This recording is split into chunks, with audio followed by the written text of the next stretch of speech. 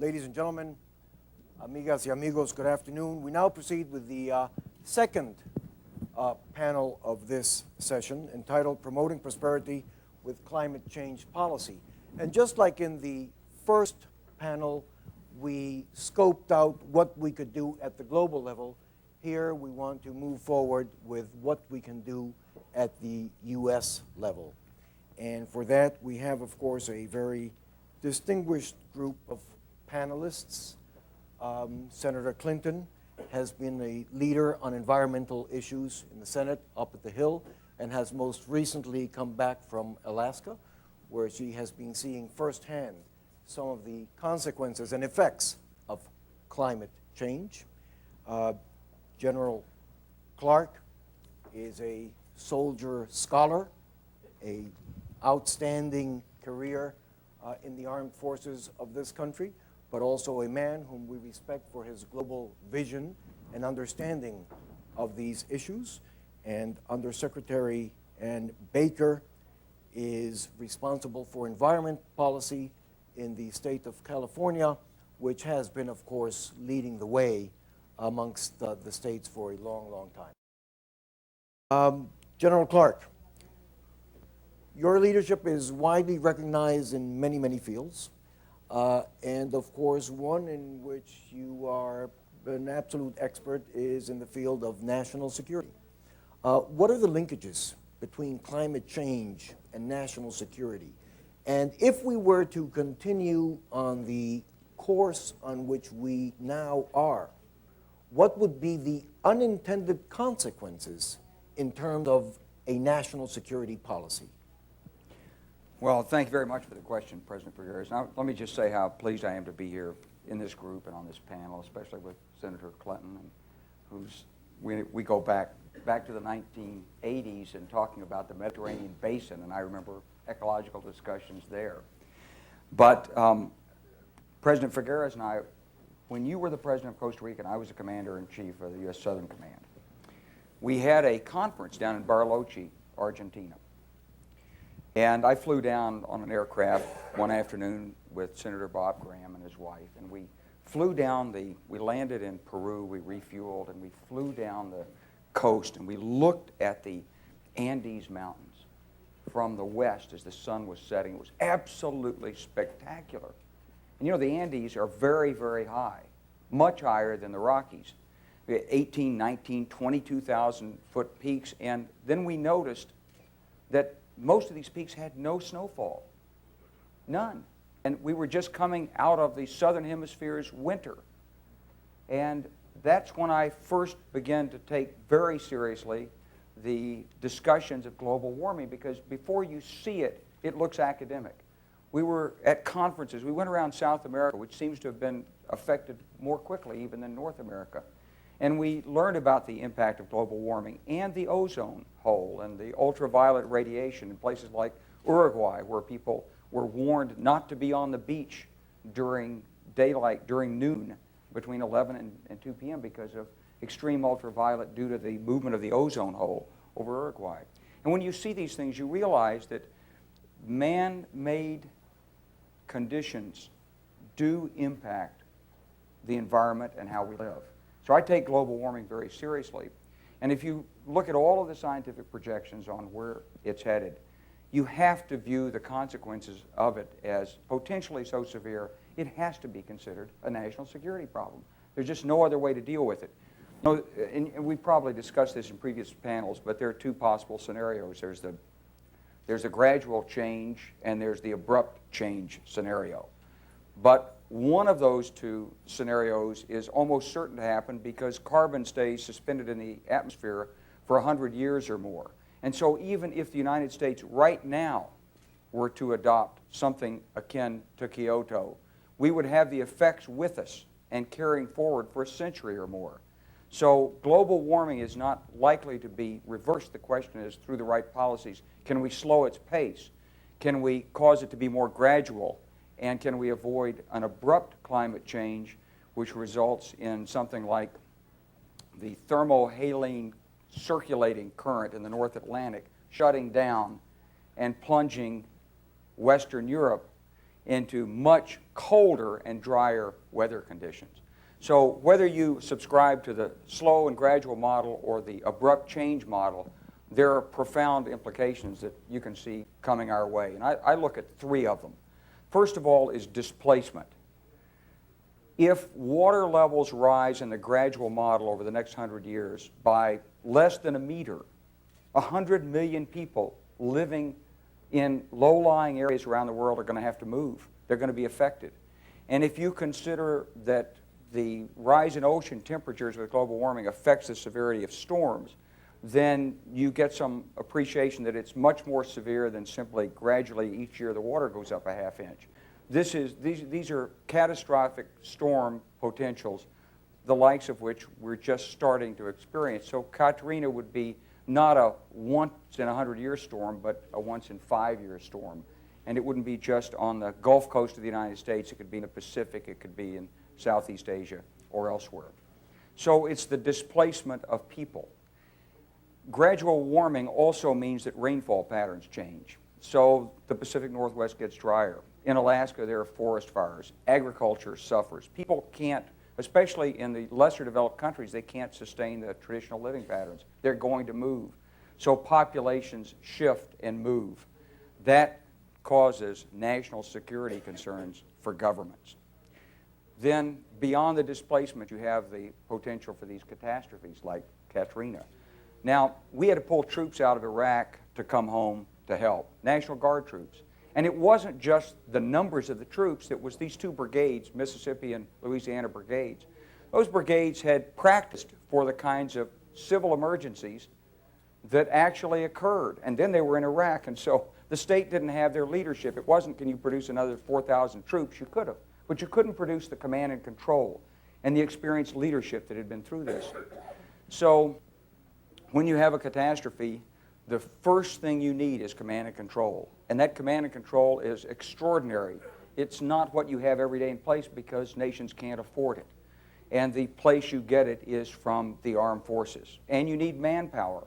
And you can't have standing levies of people who are waiting for disasters. At least we haven't found it affordable to do so. And the place where you get them then is the National Guard and the reserves. And this impacts national security. And if you want to do this right in the recovery from a catastrophe, you have to prepare for it and practice for it and exercise for it. And so it means you've got to devote the same kind of attention to this response that in the Cold War we might have had the President and the Secretary of Defense exercising what would happen if there was a sudden alert and there was a warning that Russian missiles were on the way to the United States. Wouldn't it have been better if President Bush and the Homeland Security Secretary and the Secretary of Defense and maybe the Secretary of State had sat together and presented this scenario and run through these experiences and said, well, how do we get in touch? How do we call the governor? What does the governor need? How do we know how much the governor needs? How does the governor know that? How do we communicate with them? How many hotlines do we have? Does it need to be secure? What public affairs pronouncements do we have? This all has to be worked out, not on paper in advance by young staff people. It has to be worked out by experienced leaders who are going through practical exercises. It's the way we built the United States Armed Forces, the Department of Defense. It's the way we do our planning for national security. And what I'm suggesting is if we don't do this in preparation for climactic catastrophes like Katrina, we're always going to be disturbed by the response. It takes the right organization and structure, and it takes dedicated exercising, and you can't get it unless you call it a national security problem. And the third thing, and it is a national security problem because it takes national security resources. And the third thing, of course, is that as a consequence of global warming, whether it's gradual or abrupt, you will change agriculture, you'll change fisheries, you'll change water flows. Nations will find they have different resources available. And those resource needs and migrant flows and other things will cause tensions and changes in alliances and border controls and problems and issues. So we've got to work these impacts of climate change as national security problems. I'm all in favor of trying to prevent climate change, but I guess the bottom line of my message would be that it's going to be with us no matter how much we do. We can ameliorate the impacts, but we've got to start right now thinking about it. And so you've got to help promote, you've got to promote sustainable development, you've got to organize internationally so you can smooth out international flows, and you've got to take in the United States a national security approach to dealing with the consequences of climate change. Thank you, sir.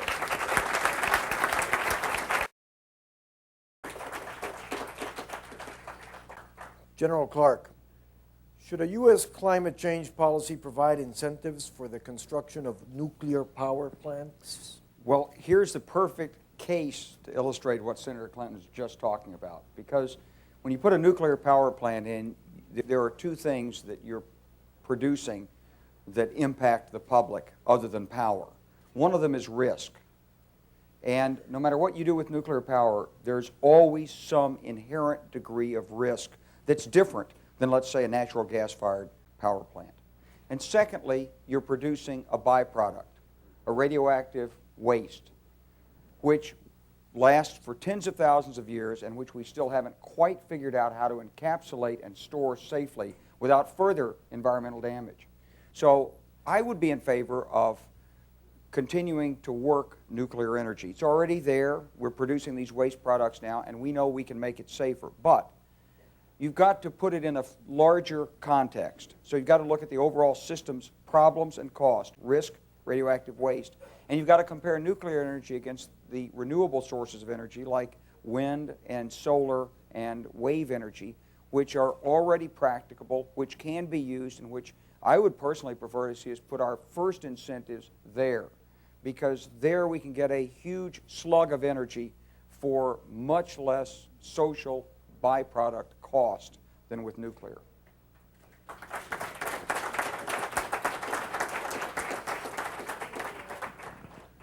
Now, here's a question that kind of contradicts what we had already agreed upon in the previous session, which was that the U.S. should take the lead. And the question is the following. Should the U.S. wait to establish mandatory greenhouse gas emission limits until China and India establish such limits? No.